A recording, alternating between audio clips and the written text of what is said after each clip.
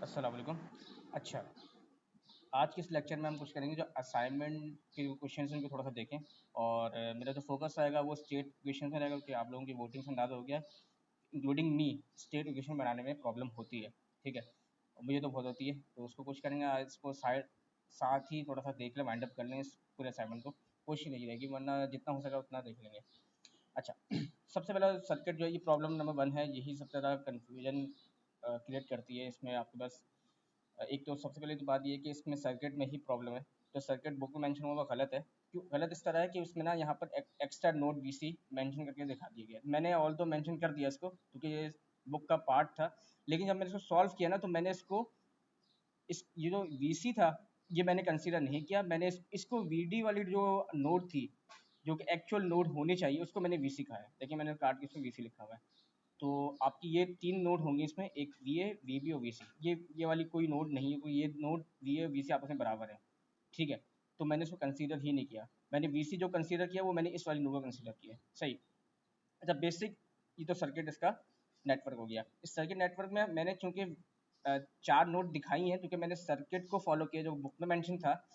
ठीक है, लेकिन जब मैंने इसको सॉल्व किया तो सॉल्व करते हुए मैंने ये ख्याल रखा है कि मैं वीसी जो ले रहा हूँ वो इस वाली नोड को ले रहा हूँ, तो पहले से मैंने। ठीक है, सही। अच्छा, अब यहाँ पर यह है कि सबसे पहले तो मैंने ये काम किया है कि यहाँ पर केवीएल अप्लाई कर दिया। अब यहाँ पर केवीएल अप्लाई करना आप लोगों को इतना मुश्किल नहीं लगा होगा क्योंकि इसमें बेसिक नॉलेज ही है। अच्छा, इसमें एक चीज़ आपको पता होनी चाहिए कि आपको नंबर ऑफ एलिमेंट्स जो हैं और उनकी जो वोल्टेज और करंट की जो एक्सप्रेशन है, कैपेसिटर और एलिमेंट्स आपको पता होना चाहिए कि आपको जब आप इलेक्ट्रिकल नेटवर्क बना रहे हैं तो उसमें इंडक्टर और कैपेसिटर और रेजिस्टर, इनकी आपको वोल्टेज और करंट की एक्सप्रेशन पता होनी चाहिए। ठीक है, जैसे कैपेसिटर केस में आपके पास क्या होता है कि करंट वोल्टेज, अगर वोल्टेज की एक्सप्रेशन अगर आप लिख रहे हैं तो current divide by capacitance multiply by differential operator. और वो वोल्टेज ऑफ इंडक्टर केस में inductance multiply by differential operator multiply by current of inductor. यहाँ पर एक हिंट ये है, एक सर्किट में आसानी ये की गई है कि यहाँ पर ना अगर हम देखें तो कैपेसिटर और इंडक्टर आपके सीरीज में लगे हुए हैं। तो मैं ये कह सकता हूँ इस नोड पे जो आईसी जा रहा होगा वो आईएल के बराबर होगा। ठीक है, इरिस्पेक्टिव के कोई भी करंट इसमें हो, जाहिर सी बात है करंट जो फ्लो कर रहा होगा I one minus I two flow कर रहा होगा दोनों में। लेकिन मैं जनरलाइज ये कह सकता हूँ कि कैपेसिटर से फ्लो होने वाला करंट वो इंडक्टर के फ्लो होने वाले करंट के बराबर है, इक्वल। सही, ये बताना चाहिए। बस मैंने यहाँ पर कुछ भी नहीं किया, मैच की इक्वेशन अप्लाई की है, वो अलग केवीएल अप्लाई किया है, मैच की 2 इक्वेशन मेरे पास आ जाएंगी। ये मैंने इसको थोड़ा एक्सपेंड कर दिया क्योंकि बुक में इसका आंसर मेंशन था, उसको एक्सपेंड करके लिखा गया था। ठीक है, I one minus I two by C D और L D I one minus I two. इस तरह आपको ये पता होना चाहिए, आपको वोल्टेज की एक्सप्रेशन दोनों कैपेसिटर और इंडक्टर के लिए आपको पता होनी चाहिए। सही। अच्छा, यहाँ पर आप देखें मैंने मैच टू इक्वेशन लिखी है, यानी कि वी एल अप्लाई किया एट मैच टू, तो उसमें होगा वी सी प्लस वी। अच्छा, V C plus V L, क्योंकि जब मैं इस पर लूप अप्लाई करूंगा आई टू मैच पे, तो यहाँ पर माइनस वी एल और minus V C plus V R two plus V R three आ रहा होगा। तो मैं जब माइनस वी एल और माइनस वी सी को एक्सप्रेशन की उस साइड लेके जाऊंगा तो ये पॉजिटिव हो जाएंगे दोनों। ठीक है, तो ये आपका इसलिए V C plus V L करके आया है। ठीक है, और बाकी वही काम किया मैंने जो एक्सप्रेशन वाला काम होता है। I C by C D किया, आई सी मुझे पता है I one minus I two है, और आई एल में मुझे पता है। ये तो बेसिक चीज़ें हैं, आप लोगों को अच्छी तरह पता होंगी। मैंने कॉमन वगैरह लिया, एक्सप्रेशन ने बना लिया। नोट के क्वेश्चन आपको पता नहीं चाहिए। पहली नोट जो है आपके पास वो क्या है, मैं यहीं से बता सकता हूँ। जैसे कि आप देख सकते हैं I one is equal I C plus I L, नहीं sorry, I one is equal I C plus I R two. सही। इसी तरह, और इसी तरह अगर मैं नोट बी की एक्सप्रेशन निकालूं तो वो क्या हो जाएगी, I C plus I L. I C is equal to I L basically. तो इनकमिंग नोट और आउटगोइंग नोट जो है वो मैंने दोनों मेंशन कर दिए। अब नोट सी की बात करें ना, यहाँ पर नोट सी है तो वो आपके बराबर होगी I R two is equal to I R three. सही। बस ये 3 नोट की एक्सप्रेशन। अब फिर आप इनको थोड़ा सा एवेल्यूएट कर लें। ठीक है, तो आप लोगों को यहाँ पर मुश्किल नहीं होगी इतनी इसमें। लेकिन वोल्टेज मैंने इसको थोड़ा सा खोल लिया तो वोल्टेज के डिफरेंस आ गए, E of T minus V A. Node one दो की वोल्टेज माइनस होके divide by resistance R one. C D, अब इसको थोड़ा सा और एक्सपेंड मैंने कर दिया। अब आई सी केस में अगर हम देखें इसका, अगर अगर कैपेसिटर है आपका तो उसमें जो करंट फ्लो कर रहा है, अगर मैं इसको एक्सपेंड करूँ तो क्या कैसे एक्सपेंड करूँगा, capacitors multiply differential operator multiply by voltage. अब वोल्टेज क्या है इस केस में, V A minus V B. ठीक है, इसी तरह अगर मैं आई आर टू की बात करूँ तो वो क्या होगा, V A minus V C by R two, V A minus V C by R two. आप देख सकते हैं सही, V A minus V C by R two और V A minus V B plus C B. सही, इसको थोड़ा expand कर दिया और फिर हमारे पास ये कॉमन टर्म्स जो थी वो हमने निकाल ली और फिर इनको एक्सप्रेशन की तरफ, उस एक्सप्रेशन की दूसरी तरफ लेकर सेम वो एक्सप्रेशन बनाने की हमने कोशिश की जो कि बुक में आंसर मेंशन है। सही। अच्छा, I C is equal I L, वो टर्म आ गई आपके पास, C D V A minus V B. और आई एल केस में क्या होगा, क्योंकि इंडक्टर के पास कोई भी नोड नहीं है, रेफरेंस नोड है, तो V B minus reference node divide by L D. और रेफरेंस नोड का वोल्टेज आपको पता है, पोटेंशियल क्या होता है, जीरो होता है। सही, तो ये आपके पास आ गई। फिर मैंने इसको थोड़ा सा वैल्यू किया। अब मैं आता हूँ ज़रा स्टेट इक्वेशन में। सही, स्टेट इक्वेशन बड़ा इसका इंपॉर्टेंट पार्ट है। स्टेट इक्वेशन में अगर आप देखें ना, तो मैंने सबसे पहले तो स्टेट इक्वेशन का रूल ये है, स्टेट इक्वेशन का मैं रूल बता देता हूँ थोड़ा सा, की रूल ना, वो ये है कि जब भी आपके पास इलेक्ट्रिकल नेटवर्क हो तो उसमें आपने हमेशा दो चीज़ें देखनी है, नोट कर लें अपने पास। ये एक सर्किट सॉल्व कराऊंगा, आगे के सारे सर्किट आप खुद ही सॉल्व कर पाएंगे, इतनी ईजी। ठीक है, ये मेन ऐसा सर्किट था जिसमें हर टेक्निक अप्लाई हो रही थी जो कि इलेक्ट्रिकल नेटवर्क में होनी चाहिए, तो इसमें इसलिए मैंने इसको अलग से कंसिडर किया। ठीक है, अब इसको देखें, यहाँ पर नंबर ऑफ इंडक्टर्स और कैपेसिटर कितने, पहले तो ये डिसाइड करना होगा आपको। एक इंडक्टर और एक कैपेसिटर है, तो जितने नंबर ऑफ इंडक्टर्स हैं और जितने नंबर ऑफ कैपेसिटर हैं उतने आपके पास स्टेट वेरिएबल्स होंगे, यानी स्टेट वेरिएबल्स यहीं से मैं प्रेडिक्ट कर सकता हूँ कितने होंगे, दो। ठीक है, स्टेट वेरिएबल आपके होंगे दो। सही, तो सबसे पहले तो मैंने, अच्छा अब इनकी इक्वेशन की बात कर लेते हैं। क्या ये आप नोट करके रख लें कहीं डायरी में या लेक्चर नोट अगर आप बना रहे हैं। कैपेसिटर की हमेशा इक्वेशन आपको के वी एल के थ्रू मिलेगी। कैपेसिटर की की स्टेट इक्वेशन, कैपेसिटर की स्टेट इक्वेशन आपको हमेशा मैच के थ्रू मिलेगी, यानी केवीएल अप्लाई करने से मिलेगी। और इंडक्टर की हमेशा एक्सप्रेशन आपको किसके थ्रू मिलेगी, मैंने उल्टा बोल दिया शायद, अच्छा सॉरी, नहीं नहीं सॉरी सॉरी सॉरी, मैंने मुझे वाइस वर्सा बोलना था, सॉरी। इंडक्टर की हमेशा आपको स्टेट इक्वेशन के वी एल के थ्रू मिलेगी और कैपेसिटर की हमेशा आपको स्टेट इक्वेशन के सी एल के थ्रू मिलेगी। इसको इस तरह याद रखेंगे, कैपेसिटर में सी आता है तो के सी एल इसके लिए याद रखें आप, हमेशा कैपेसिटर की इक्वेशन आपको के सी एल के थ्रू मिलेगी या नोड एनालिसिस के थ्रू मिलेगी, और मैच एनालिसिस के थ्रू आपको हमेशा इंडक्टर की स्टेट इक्वेशन मिलेगी। सही, वो आप कंसिडर नहीं कीजिएगा। ठीक है, वो आप उसको, मैंने गलत बोल दिया था। ठीक है, कंफ्यूज नहीं हुआ था मैं, मतलब मैंने गलत बोल दिया। अब सही बोला कि कैपेसिटर की हमेशा इक्वेशन आपको कहाँ से मिलेगी, के सी एल के थ्रू मिलेगी, और इंडक्टर की एक्सप्रेशन आपको हमेशा के वी एल के थ्रू मिलेगी। बस ये ध्यान में रखें, आगे मैं इस तरह कंटिन्यू रखूंगा तो आसानी होगी। अच्छा, तो यहाँ पर दो स्टेट वेरिएबल आ गए आपके पास। ठीक है, तो एक x1 हमने vc ले लिया, उसका स्टेट वेरिएबल x1 बार हो गया, वो dvc हो जाएगा इसका डेरिवेटिव, और x2 हो गया il। अच्छा, मैंने कहीं भी ना va माइनस vb कहीं कंसीडर नहीं किया, मैंने सिंपल vc लिखा है और il लिखा है, बस ये दो स्टेट वेरिएबल होंगे, ना va ना vb ना i1 i2 कुछ भी नहीं। बस जो इंडक्टर है उसमें जो करंट फ्लो, उसमें से जो करंट फ्लो कर रहा है वो कंसीडर करना है मुझे। ठीक है, इसी तरह वोल्टेज ड्रॉप जो आपका कैपेसिटर पे आ रहा है सिर्फ वही कंसीडर करूंगा, ना va ना vb ना vc। ठीक है, तो ये ध्यान में रखना आपको। अच्छा, अब मैंने क्या किया, अच्छा मैंने यहाँ पर अच्छी बात ये की कि मैंने यहाँ पर एक्सप्रेशन लिख दी है और इसका रेफरेंस भी दे दिया कि मैंने कहाँ से लिए ये। मैंने क्वेश्चन नंबर ए कंसीडर किया है। क्यों कंसीडर किया, क्योंकि मुझे यहाँ पर क्या निकालना है, इंडक्टर की इक्वेशन निकालनी है। लेकिन problem is that that in match during the match analysis I have come with the current I1। मसला सारा ये है कि करंट आपके पास I1 आ चुका है।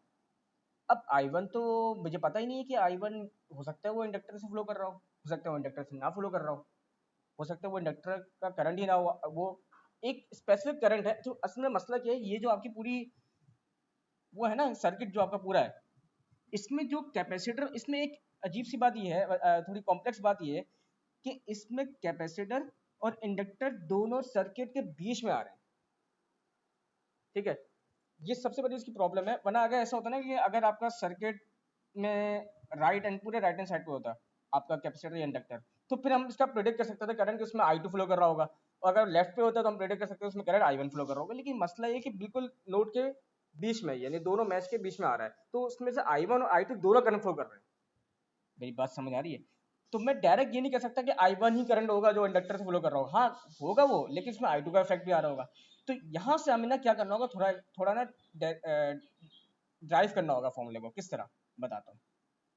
अगर हम देखें सबसे पहले तो, अच्छा ये मैंने केसीएल वगैरह अप्लाई कर दिया, केसीएल में बता दिया मैंने आपको, मैं आगे बढ़ गया था स्टेट इक्वेशन पे आ गया था। अच्छा मैंने सबसे पहले क्या किया, मैंने देखा मेरे लिए सबसे बड़ी जो मुश्किल है ना वो I1 और I2 है। तो मैंने देखा कि मैं इनको सेपरेट किस तरह कर सकता हूँ, यानी मैं इनके लिए एक अलग एक्सप्रेशन बना लूँ। देखो देखिए जब भी आपके पास इस तरह का सवाल आएगा ना जिसमें आपको आपको प्रिडिक्ट करना आपके लिए मुश्किल होगा कि I1 है करंट या I2 है या I3 I4 सो ऑन, तो आप क्या करें, जितनी मैच लग रही है ना उस पर, तो उनकी करंट की एक्सप्रेशन अलग से निकाल, मेरी बात समझ आ रही है, उनकी करंट की एक्सप्रेशन आप अलग से निकाल, ये काम सबसे पहले कर। तो मैंने यही काम किया, मैंने लगाया, जो मैंने मैश 1 पे जो केवीएल अप्लाई किया था, मैंने सबसे पहले तो करंट की एक्सप्रेशन वहां से ड्राइव कर ली, मुझे I1 करंट यहाँ से पता चल रहा था। अच्छा यहाँ पर एक सवाल आपका जहन में आ सकता है कि यहाँ पर मैंने VC को वैल्यूट क्यों नहीं किया, मैंने VR1 किया I1 R1, VC को वैल्यूट क्यों नहीं किया, क्यों, क्योंकि VC का स्टेट वेरिएबल में पहले ही डिफाइन कर चुका हूँ कि x1 उसका स्टेट वेरिएबल है। ठीक है, अब जो अननोन स्टेट वेरिएबल मुझे वो मालूम करना है x1 बार और x2 बार, तो मैं इसको रिप्लेस कर सकता हूँ VC को किसके साथ, x1 के साथ, मेरे लिए आसानी है, इसलिए मैंने इसको इवैल्यूएट, इसको मैं खोल सकता था IC बाय CD करके खोल सकता था, लेकिन वो मेरे लिए और मुश्किल हो जाता, उसमें IC करंट आ जाता और IC तो मैंने कहीं कंसीडर किया ही नहीं, तो मेरे लिए और मुश्किल हो जाती। तो मैंने क्या किया कि मैंने इसको VC रखा। अच्छा VL भी मैंने नहीं खोला अभी, VL मैंने क्यों एक्सपेंड नहीं किया, क्योंकि जबकि VL मैंने अभी कहीं कंसीडर भी नहीं किया हुआ, मैंने तो x1 VC कहा है और VC और VL बराबर भी नहीं है। इसकी एक लॉजिक है जिसकी मैं रीजन आपको बाद में दूंगा। अब यहाँ पे थोड़ा सा देखते हैं, यहाँ अगर आप देखो ना, तो सबसे पहले तो मैंने I1 के लिए एक्सप्रेशन ड्राइव कर दी, वही तो जिस तरह हम करते हैं I1 को सेपरेट करने का काम जो करते हैं वो मैंने कर दिया। तो एक और इक्वेशन मेरे पास आ गई, मैंने इसको इक्वेशन नंबर 6 नाम दे दिया। उसके बाद मैंने क्या किया कि सबसे पहले तो इनको इसको पुट करने से पहले मैंने एक और एक्सप्रेशन ड्राइव किया I2 के लिए। सही, तो मैच 2 की इक्वेशन मेरे पास आ चुकी, इसको मैंने नाम B दिया था, वो मैंने दोबारा अप्लाई की, BC को मैंने वैसे रखा, VL को मैंने वैसे रखा, I2 R2 मैंने निकाल लिया और I2 R3 मुझे यहाँ से मिली, क्योंकि VR3 में भी I2 ही फ्लो कर रहा था, क्योंकि दोनों वो सीरीज में, R2 और R3 आपका दोनों किसमें, आपके R2 और R3 दोनों सीरीज में, तो करंट कौन सा फ्लो कर रहा होगा इनमें से, करंट कौन सा फ्लो कर रहा होगा, I2 ही फ्लो कर रहा होगा। इसी तरह यहाँ पर इंडक्टर होता है ना, तो हमारे लिए आसानी हो जाती है, हम कह सकते थे कि I2 ही करंट आपका इंडक्टर से फ्लो कर रहा होगा, लेकिन यहाँ पर ऐसा नहीं है, क्योंकि दोनों बीच में आ रहे हैं, तो इसलिए I1 भी फ्लो कर रहा है, उनमें से I2 भी फ्लो कर रहा है, तो मैं कह नहीं सकता कि I1 आपका इंडक्टर से फ्लो होने वाला करंट है या I2, दोनों ही फ्लो कर रहे हैं, इसलिए यहाँ पर मैं अलग से एक्सप्रेशन ड्राइव कर रहा हूँ I1 और I2 के लिए, तो ये रीजन थी मेरी। ठीक है, अच्छा यहाँ पर मैंने क्या किया, यहाँ पर अगर आप देखें, सही, अच्छा मैं ऐसा कर क्यों रहा हूँ, ये आप सब, इस स्टेट वेरिएबल की रिक्वायरमेंट है कि आपको ना जनरलाइज रखना है, यानी जो करंट इंडक्टर से फ्लो कर रहा है या जो वोल्टेज आपके कैपेसिटर पे आ रहा है, सिर्फ वही वोल्टेज आपको लेना है, सिर्फ वही वोल्टेज लेना है। अगर फॉर एग्जांपल अगर आपके पास इंडक्टर में से I1 फ्लो कर रहा है ना, तो फिर आपको I1 ही करंट लेना होगा, फिर आप कह सकते हो कि I1 आपका IL के बराबर है, लेकिन इस केस में मैं कह नहीं सकता, क्योंकि मैं दोनों ही करंट का इफेक्ट आपके पास इंडक्टर और दोनों ही वोल्टेजेस का इफेक्ट आपके कैपेसिटर पे आ रहा है, इसलिए यहाँ पर मैं अलग से करंट की एक्सप्रेशन ड्राइव कर रहा हूँ I1 I2 के लिए, फिर करूँगा क्या वो मैं बताता हूँ आपको। अच्छा I2 के लिए मैंने एक्सप्रेशन निकाली, एक मिनट में थोड़ा ऊपर चला गया, अच्छा यहाँ से मुझे I2 की एक्सप्रेशन मिल जाएगी, सही, इसमें कोई प्रॉब्लम नहीं है। अब मैंने क्या किया कि इस I1 और I2 को मैंने देखा कि मैंने एक चीज नोट की कि यार मैंने दोनों की एक्सप्रेशन निकाल तो ली, मैं इसको पुट कहाँ करूँ जहां से मैं प्योरली इंडक्टर की एक्सप्रेशन निकाल सकता हूँ। ठीक है, तो मैंने नोट किया, मैंने कहा ये IR2 इक्वल IR3, नहीं ये तो सही नहीं है, इसमें तो ऑल दो इसमें तो I1 ही नहीं आ रहा, तो यहाँ पुट करना तो बेकार है। फिर मैं थोड़ा सा और मैंने स्क्रॉल किया, इसमें भी IC IL आ रहा है, इसमें भी I1 नहीं आ रहा, इसमें तो I1 I2 दोनों ही नहीं आ रहे, तो मैंने और स्क्रॉल किया तो मुझे ये एक्सप्रेशन नजर आई, एक्सप्रेशन नंबर C। इसको देखने में मुझे अंदाजा हो गया, हाँ इसमें मैं अच्छा IR1 से जो करंट फ्लो कर रहा है वो I1 है, तो मैं डायरेक्ट I1 यहाँ पुट कर सकता हूँ। इसी तरह IC से जो करंट फ्लो कर रहा है वो तो IC मतलब वो तो कैपेसिटर करंट है, उसको वैसे रखा मैंने, उसमें मैंने कोई चेंजेस मैंने नहीं की।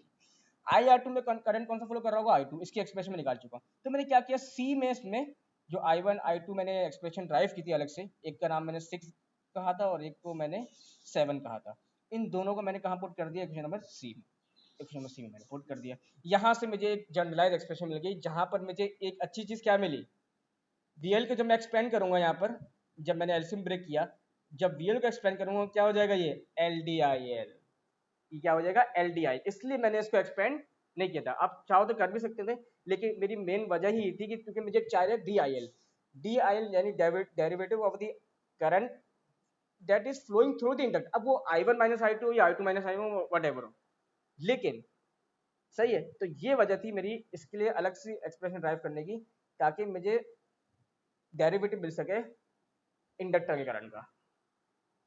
समझ आ रही मेरी बात? बस अब मेरा काम हो गया, मुझे ये एक्सप्रेशन चाहिए थी और मुझे किसी एक्सप्रेशन में कोई काम नहीं है, तो मैं क्या करूंगा, सिंपल, अच्छा ये आईसी एक आ रहा है, ये तंग करेगा, लेकिन आईसी के लिए मैं आपको पहले बता चुका हूँ कि आईसी वही करंट और इंडक्टर से फ्लो कर रहा है, तो मैं इसको भी आईएल से रिप्रेजेंट कर सकता हूँ। तो ये मैंने थोड़ा सा गलत काम कर दिया, इसको आगे बढ़ते हैं, ये छोड़ दें, ये मैंने कुछ स्टेप एक्स्ट्रा कर लिए थे जो कि मुझे नहीं करने चाहिए थे, तो मैं इसको काट के यहाँ से मैंने दोबारा एक्सप्रेशन लिखी है और कंटिन्यू किया। तो मैंने एलसीएम ब्रेक किया, यहाँ पर कुछ टर्म्स को मैं वहाँ ले गया, जैसे कि जो VC वाली एक्सप्रेशन है वहाँ ले गया मैं, और करंट, ये जो करंट आपका जो है ये आपका IL के बराबर हो सकता है, मैंने लिख दिया यहाँ पर IL इज इक्वल IC, ये रहा IL इज इक्वल IC, तो मैं IC करंट को भी वहाँ ले गया। यहाँ में क्या लेकर आया, यहाँ पर ये वाली टर्म लेकर आ गया राइट हैंड साइड पे, ताकि दोनों जो अननोन वेरिएबल्स हैं या एक ही अननोन वेरिएबल है उनकी सेम एक्सप्रेशन, एक उनकी सेम टर्म्स एक ही जगह आ जाए, ठीक है। इसके बाद मैंने कुछ भी नहीं किया, मैंने स्टेट वेरिएबल डिफाइन किया, VC आपका x1 के बराबर है और ये आपका किसके बराबर होगा, अच्छा ये पहले मैंने ये वाली टर्म ली, क्रॉस में देखें, क्रॉस में ये minus VC bye R2 plus R3 है, ये minus x1 bye R2 plus R3 आ गया, और ये माइनस IC है, ये आपका किसके बराबर है, इंडक्टरी करंट के, और इंडक्टरी करंट का हमने स्टेट वेरिएबल क्या कंसीडर किया था, x2, तो x2 आ गया। क्यों, ये IC जो आई नोट के क्वेश्चन से वेरीफाई हो चुका है, ये बराबर है दोनों, तो यही एक हिंट जो यहाँ यूज हो सकती थी, अदरवाइज आप इसको सॉल्व कर ही नहीं सकते थे, ठीक है। अच्छा, तो कि आप कभी भी कैपेसिटर के लिए करंट का स्टेट वेरिएबल डिफाइन नहीं करते, दो चीज़ें करते हैं आप हमेशा, आप कैपेसिटर के लिए स्टेट वेरिएबल वोल्टेज का रखते हैं और इंडक्टर के लिए स्टेट वेरिएबल आप करंट का रखते हैं। इसके पीछे एक रीज़न है, क्योंकि अगर आप देखें ना, इंडक्टर की वोल्टेज की जो एक्सप्रेशन होती है उसमें न्यूमरेटर में कोई भी डिनोमिनेटर वाली टर्म नहीं होती, ठीक है, यानी क्या होता है, L multiply by derivative of the current, सही होती है ना। और अगर आप कैपेसिटर के केस में करंट की अगर टर्म देखें तो उसमें भी डिनोमिनेटर में कोई भी टर्म नहीं है, सॉरी, सही सही है, नहीं इसकी इसकी रीज़न ये थी, हाँ, बस आप ये ध्यान में रखें, बस आप ये ध्यान में रखें, मैं इसको कंक्लूड करता हूँ कि आपके पास जो इंडक्टर है, इंडक्टर के केस में आप स्टेट वेरिएबल हमेशा करंट का रखोगे, सही है, और कैपेसिटर के केस में स्टेट वेरिएबल आपका वोल्टेज होगा, सही है। अच्छा,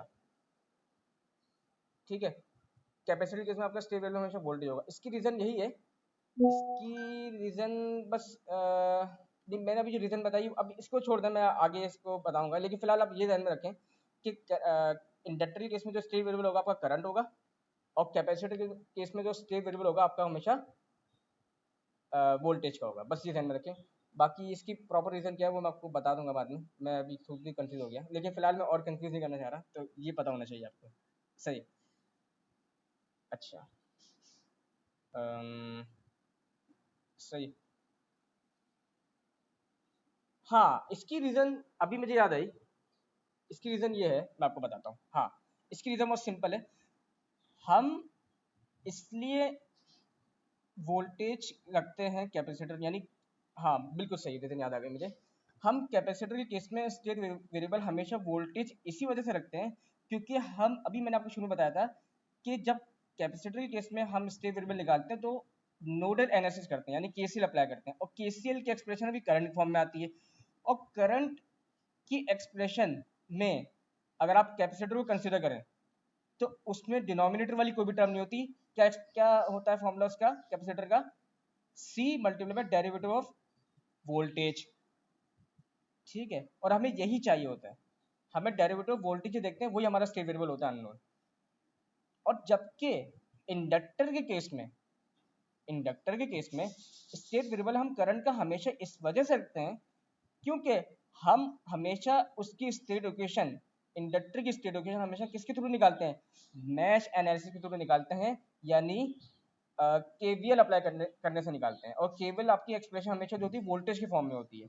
तो वोल्टेज की अगर आप एक्सप्रेशन देखोगे इंडक्टर की, तो उसमें भी कोई डिनोमिनेटर वाला पार्ट नहीं आता, क्योंकि अगर डिनोमिनेटर में, तो असल में बताओ क्या है इंडक्टर केस में, अगर करंट देखें ना तो करंट का फॉर्मूला क्या होता है इंडक्टर केस में, I is equal to V C by, हाँ I is equal to V L, sorry V C बोल दिया मैंने, वी एल बाय सी, और नहीं सॉरी सॉरी, इंडक्टर के केस में जो फॉर्मूला आपके पास करंट का, वो I is equal to V L by L D, V L by L D. अब देखिए इसमें जो डेरिवेटिव वाला पार्ट है वो डिनोमिनेटर में आ रहा है, और वन अपॉन डी क्या होता है, इंटीग्रल। हमें इंटीग्रल थोड़ी देखना है, हमें स्टेट वेरिएबल में डिफरेंशियल ऑपरेटर अप्लाई करना है।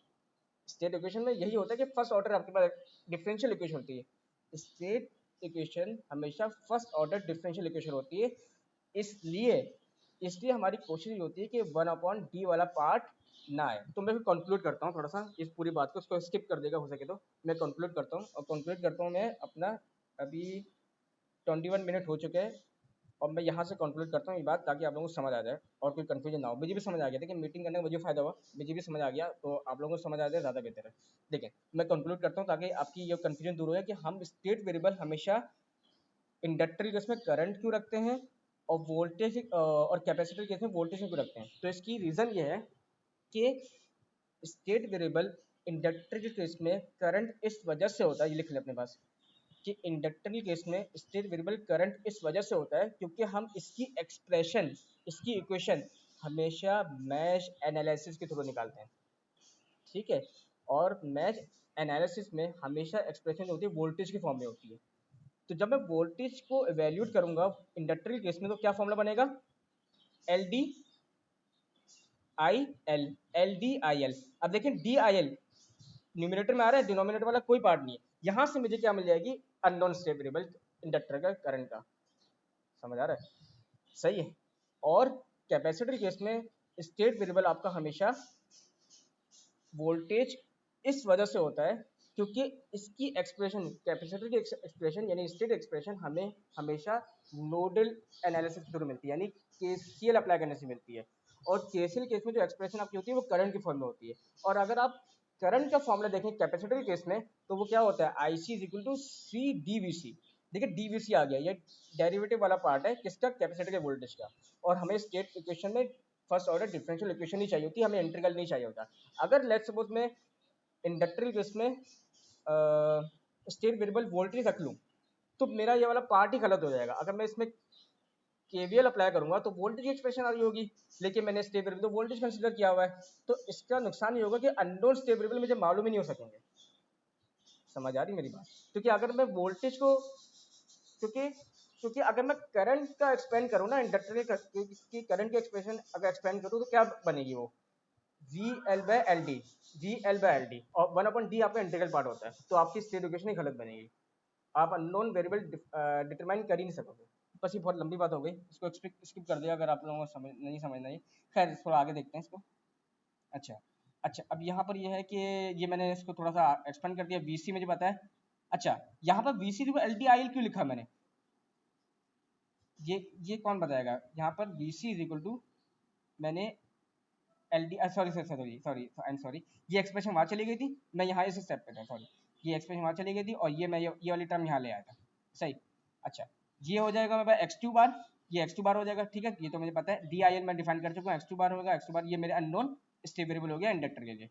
और ये थोड़ा और एक्सपेंड कर दिया, यहाँ से मैंने क्या किया कि मैंने इसको क्या किया, x1 कॉमन निकाला, ठीक है, x1 कॉमन निकाला, यहाँ से x1 कॉमन निकालने पे मैंने यहाँ पर एलसीएम लिया, तो R2 plus R3 plus R1 हो गया। और यहाँ पर ये हुआ कि LX2 बार कॉमन आया, यहाँ पर भी कुछ एलसीएम वगैरह हो जाएगा, तो ये एक्सप्रेशन आ जाएगी आपके पास। थोड़ा सा इसको मैं सॉल्व करूँगा, तो एट दी एंड मुझे क्या मिलेगा, एट दी एंड मुझे ये आंसर मिल जाएगा x2 बार। ये मेरा अननोन स्टेट वेरिएबल है, किसके लिए, इंडक्टर के लिए। ये मेरी बात समझ आ गई, सही। तो ये था इसमें। अच्छा ये कैसे आया, ये अगर आप लोग कन्फ्यूजन हो रही है तो मैं कुछ भी नहीं किया मैंने। यहाँ पर अगर आप देखें तो कुछ चीज़ें मेरी कैंसिल आउट हो जाएंगी, सही है। यानी मैं जब इसको वहाँ लेके जाऊँगा तो यहाँ पर मैंने क्या किया कि मैंने एलसीएम ले लिया, ठीक है, एलसीएम लिया। अच्छा यहाँ पर ये एलसीएम भी ले सकते हैं आप, या एक आसान काम ये कम से कर सकते हैं जो कि मैंने यहाँ लिया हुआ है कि मुझे इस वाली टर्म, जो पूरी वाली टर्म है ना, उसको मैंने क्या कर दिया, मल्टीप्लाई और डिवाइड करवा दिया, सिंपल। तो इससे क्या होगा कि ये वाली जो एक्सप्रेशन जो अपना x1 के साथ आ रही है, ये क्या हो जाएगी, कैंसिल आउट हो जाएगी। और आपके पास -1/L तो इसके साथ ही आ जाएगा क्योंकि ये भी आपका डिवाइड हो जाएगा। ये आप काम कर लेंगे, इसका एलसीएम भी ले सकते थे, उसमें भी आपकी आसानी हो जाएगी। मैंने एलसीएम नहीं लिया, मैंने डायरेक्ट एक्सप्रेशन को मल्टीप्लाई डिवाइड कर दिया जो राइट हैंड साइड में बस मुझे थी, सही। ये काम करते हैं, ये सिंपल आपके पास वो है, एक्सप्रेशन को सिंप्लीफाई किया हुआ है, आपके पास ये एट द एंड ये एक्सप्रेशन आ जाएगी। उसके बाद मैं आगे बढ़ूँगा। तो अब मुझे कैपेसिटर के लिए निकालना है क्या, स्टेट इक्वेशन। तो मैंने आपको बताया था वो आपको हमेशा केसीएल के थ्रू मिलेगी। अब आपको थोड़ा समझ आ रहा होगा, अगर आप लोगों को पिछली बार समझ आई है, अगर नहीं समझ आई तो मुझसे पूछ लेगा, लेकिन इंशाल्लाह समझ आ जाएगी। जो मैंने 21 मिनट के बाद से समझाना शुरू किया ना, वो देख लेगा, वहाँ से आपको समझ आ जाएगी, ठीक है। मैंने इसको थोड़ा कंक्लूड किया था। अच्छा अब यहाँ पर देखें, I is equal to C D V C, ये आई इज आई सी वाली टर्म मुझे पता है। अच्छा मैंने इसको एक्सपेंड क्यों नहीं किया, ये बताया, कौन बताएगा। मैं चाहता तो इसको भी एक्सपेंड कर सकता, इसको कैसे एक्सपेंड करता है, we L by L D कर सकता था, लेकिन we L by L D करने से 1/d वाली एक्सप्रेशन आ जाती, वो तो इंटीग्रल पार्ट होता है, और स्टेट इक्वेशन कभी भी इंटीग्रल उसमें नहीं आ सकता क्योंकि वो हमेशा फर्स्ट ऑर्डर डिफरेंशियल इक्वेशन होती है। तो मैं इसको ही एक्सपेंड कर सकता था, और इसको ही एक्सपेंड करने से मुझे डीवीसी मिल सकता था। तो मैंने वही किया, डीवीसी मुझे मिल गया, ये x1 बार हो गया, और यहाँ से मुझे एक और स्टेट वैल्यू मिल गया जो कि कैपेसिटर का था। बस फिर मैंने इनको आपस में कंबाइन कर दिया, ठीक है, और फिर मुझे स्टेट इक्वेशन मिल गई इसकी। अब मैं से पूछा ही गया था कि मुझे वी सी बाई ई निकालना था, कि वी वाई वन वहाँ पर मैंशन था कि वी सी के बराबर है, तो वी सी बाई ई निकालने के लिए अब अच्छी बात ये थी कि डी वाली एक्सप्रेशन मैं पहली बना चुका हूँ, जिसमें इत्तेफाक से मेरे पास वी सी भी आ रहा है और ई भी आ रहा है, तो मैंने इसी एक्सप्रेशन को रखा, सही है। इसी एक्सप्रेशन को रखने के बाद मैंने क्या किया कि इसमें जो वी एल वाला पार्ट है, ये गौर से, ये बड़ा देखने वाला काम है, वी एल वाला पार्ट है ना, इसको सबसे पहले तो मैंने एक्सपेंड किया तो एल डी आई एल हो जाएगा, लेकिन मैंने इसको आई सी क्यों लिखा है, कौन बताएगा, क्योंकि आई सी बराबर आपके आई एल के, ठीक है। तो उसके बाद मैंने क्या किया, इसको थोड़ा सा मैंने एवेल्यूएट किया, यहाँ पर ये काम मैंने किया है, यहाँ पर देखें, एल डी आई एल थे, एल डी आई सी किया, और फिर आई सी में दोबारा फॉर्मूला अप्लाई किया, जिसमें मेरे पास क्या आ रहा था, सी डी, तो सी एल डी स्क्वायर या एल डी स्क्वायर सी, और वी सी आ गया आपके पास।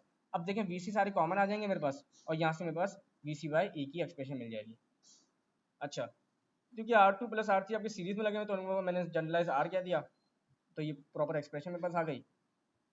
अच्छा उसके बाद मुझे क्या निकालना था, मुझे निकालना था वी आर टू बाई ई, यानी वी आर टू बाई ई निकालना था मुझे।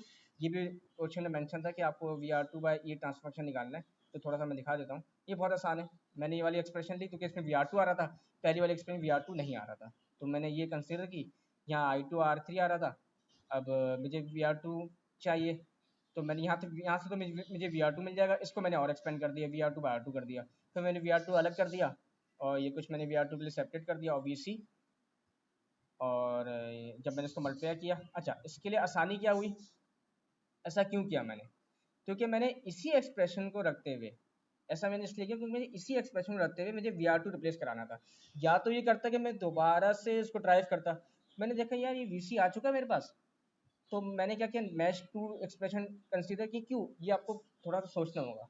देखिए ये बाहर जैसी एक्सप्रेशन वोल्टेज आ रहा है कैपेसिटर का, सही है, और ये वाहिद ऐसी एक्सप्रेशन इसमें अगर मैं इसको एक्सपेंड करूँ तो एल डी आई एल हो जाएगा, और मैं आई सी को रिप्लेस कर सकता हूँ, आई एल को रिप्लेस कर सकता हूँ आई सी के साथ, तो ये आई सी हो जाएगा आपके पास, तो L D square C D C V C हो जाएगा, ये वी सी मुझे मिल जाएगा यहाँ से, और वी आर टू भी मुझे मिल चुका है, तो मैं वी सी को रिप्लेस कर सकता हूँ इस पूरी टर्म के साथ, इस पूरी टर्म के साथ। तो मैंने ये काम किया, उसी एक्सप्रेशन को रखते हुए मैंने इसको रिप्लेस करा दिया, फिर मैंने क्या किया कि इसको, ये आपकी मल्टीप्लाई हो जाएगी, सही है, यहाँ डिवाइड हो रही है, ऊपर आके क्या हो जाएगी, मल्टीप्लाई हो जाएगी, ये टर्म आपके ऊपर आ जाएगी, और ये आपकी मल्टीप्लाई हो जाएगी, और ये आपकी नीचे डिवाइड हो जाएगी, सही। तो बस ये काम यहाँ पर किया हुआ मैंने, ठीक है, कोई कन्फ्यूजन हो तो पूछ लेगा। यहाँ पर ये जो R2 प्लस R3 लिखा हुआ है आपका, ये मेरा पूरा R से रिप्लेस हो जाएगा, सही है। और ये वाली टर्म मेरी क्या हो जाएगी, डिवाइड हो रही है वहाँ से मल्टीप्लाई हो जाएगी, सही है। और ये R से R मेरा कैंसिल आउट हो जाएगा। ये जो R2 प्लस R3 है ना, ये मेरा R के बराबर है, और R से ये वाला R कैंसिल आउट हो जाएगा। ये one plus L C D square यहाँ मल्टीप्लाई हो जाएगा, और जब ये R2 रह जाएगा मेरे पास तो R2 सिंपल वहाँ मल्टीप्लाई हो जाएगा। तो वही मैंने सिंपल फाइनल एक्सप्रेशन लिखी, सिंपल मैंने इसको सिंप्लीफाई किया हुआ, कुछ नहीं, ठीक है। इस सवाल में कोई प्रॉब्लम हो तो पूछ लेगा, और कुछ करके एक दफ़ा मैं समराइज़ कर लेता हूँ, ज़्यादा बेहतर है मेरे लिए, ताकि आप लोगों की कन्फ्यूजन दूर हो। मैंने जो उसको थोड़ा सा कॉम्प्लेक्स कर दिया था, आई एम सॉरी, असल मैं खुद भी थोड़ा सा भूल गया था, तो लेकिन मैं आप थोड़ा सा और तो थोड़ा इजी वर्ड में समझाने की कोशिश करता हूँ कि जब भी आप स्टेट वेरिएबल डिफाइन करेंगे इलेक्ट्रिकल नेटवर्क के केस में, तो हमेशा इंडक्टर और कैपेसिटर को देखेंगे, ठीक है। जितने इंडक्टर और कैपेसिटर होंगे उतने आपके पास क्या होंगे, स्टेट वेरिएबल होंगे। पहली बात तो ये पॉइंट अपने लिख के रखना है, सही। उसके बाद ये है, ठीक है, उसके बाद आपको देखना है कि आपको एक्सप्रेशन मिलेगी कहाँ से। अब यहाँ पर मसला ये था कि दोनों बीच में आ रहे थे, दोनों जो आपकी मैच थी उनके बीच में कैपेसिटर और इंडक्टर लगे हुए थे, तो यहाँ पर मैं प्रेडिक्ट नहीं कर सकता कि इसमें I1 फ्लो कर रहा है, या फ्लो तो दोनों कर रहे हैं, लेकिन एक्चुअल में करंट कौन सा होगा वो जो कि मैं एज अ स्टेट वेरिएबल ले सकता हूँ, वो मुझे नहीं पता था। यानी मैं I1 के बराबर तो नहीं कह सकता, ना इसको I2 के बराबर कह सकता हूँ, इसलिए मैंने दोनों की सेपरेट एक्सप्रेशन निकाली, फिर मैंने उनको एक कॉमन एक्सप्रेशन पुट किया, वहाँ से मैंने क्या निकाला, स्टेट इक्वेशन निकाली इंडक्टर के लिए, और फिर मैंने स्टेट इक्वेशन निकाली कैपेसिटर के लिए।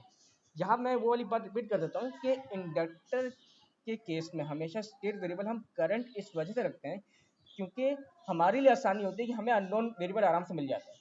क्योंकि आप देखें इंडक्टर के केस में हमेशा मैश एनालिसिस के थ्रू यानी केवीएल के थ्रू क्या निकालते हैं, स्टेट इक्वेशन निकालते हैं इंडक्टर के लिए। तो आपको पता है कि मैश एनालिसिस के थ्रू जो आपको एक्सप्रेशन मिलती है वो कौन सी एक्सप्रेशन मिलती है, कौन बताएगा, वोल्टेज की एक्सप्रेशन मिलती है हमेशा। और इंडक्टर के केस में जो वोल्टेज का फॉर्मूला है वो क्या है, एल डी आई। इसमें देखिए डिफरेंशियल ऑपरेटर आ रहा है जो कि आपका करंट के साथ मल्टीप्लाई हो रहा है, इसमें कोई भी डिनोमिनेटर वाला पार्ट नहीं है, तभी हम डी आई एल, तभी हम आई एल रखते हैं स्टेट वेरिएबल इंडक्टर के लिए। और कैपेसिटर के लिए वोल्टेज इस वजह से रखते हैं क्योंकि अगर हम करंट की एक्सप्रेशन देखें कैपेसिटर के लिए तो वो क्या होती है, अगर मैं करंट के लिए एक्सप्रेशन लिखूं कैपेसिटर के लिए तो क्या होगी, C multiply by differential operator यानी derivative of V C, derivative of V C, simple है ना। अब डेरिवेटिव ऑफ वी सी तो मैं आराम से निकाल सकता हूँ, अब मुझे पता है, इसलिए इसलिए मैं वी सी हमेशा कैपेसिटर के लिए स्टेट वेरिएबल हमेशा मैं वोल्टेज का रखता हूँ, क्योंकि स्टेट इक्वेशन में कभी इंटीग्रल वाला पार्ट नहीं आ सकता, क्योंकि अगर 1/d आ गया, क्योंकि वोल्टेज की एक्सप्रेशन, अब मैं वोल्टेज की एक्सप्रेशन लिखूं, लेट्स सपोज मैं चाहता हूं कि यार आपका कैपेसिटर जो है ना उसका स्टेट वेरिएबल करंट हो। अब देखें यहाँ मसला हो जाएगा, क्योंकि अगर मैं यही अगर मैश एनालिसिस थ्रू इसकी एक्सप्रेशन लिखूं कैपेसिटर के लिए, उल्टा कर देते हैं केस, तो कैपेसिटर केस में जो वोल्टेज का फॉर्मूला है क्या है, वोल्टेज की एक्सप्रेशन क्या है मुझे बताएं, I C by C D, I C by C D यानी I C bye C D, 1/d आ गया, 1/d मतलब इंटीग्रल। तो और ये यहीं से वायलेट हो जाएगा रूल, क्योंकि स्टेट इक्वेशन में हमेशा फर्स्ट ऑर्डर डिफरेंशियल इक्वेशन आती है। तो इसलिए कंक्लूजन ये निकला कि हम कैपेसिटर केस में हमेशा हमेशा स्टेट वेरिएबल वोल्टेज को रखेंगे, और इंडक्टर केस में हमेशा स्टेट वेरिएबल करंट को रखेंगे। बस मैं यहाँ अभी कंक्लूड करूँगा, कोई कन्फ्यूजन हो उससे पूछ लेगा। वैसे ये याद रखने की ज़रूरत मतलब इतनी सारी बातें याद रखने की ज़रूरत नहीं, मैंने इसलिए एक्सपेंड किया इसको ताकि आप लोगों को पता चल सके कि ऐसा क्यों करते हैं हम, ठीक है। तो ये मेन रीज़न थी इसकी, ठीक है। बाकी अब फिलहाल तो एक ही सवाल हो सका, लेकिन ये बहुत इंपॉर्टेंट सवाल था, अगर ये समझ आ जाएगा तो आगे के सवाल तो थोड़े आसान हो जाएंगे आपके लिए। बाकी मैं कुछ करूँगा नेक्स्ट लेक्चर में थोड़ा सा और आगे सवाल कवर करूँ, थोड़ा जल्दी लेके चलेंगे, अभी तो मैं शुरू में इंट्रोडक्शन भी दिया थोड़ा सा इसका, तो इसलिए देर हो गई, ठीक है।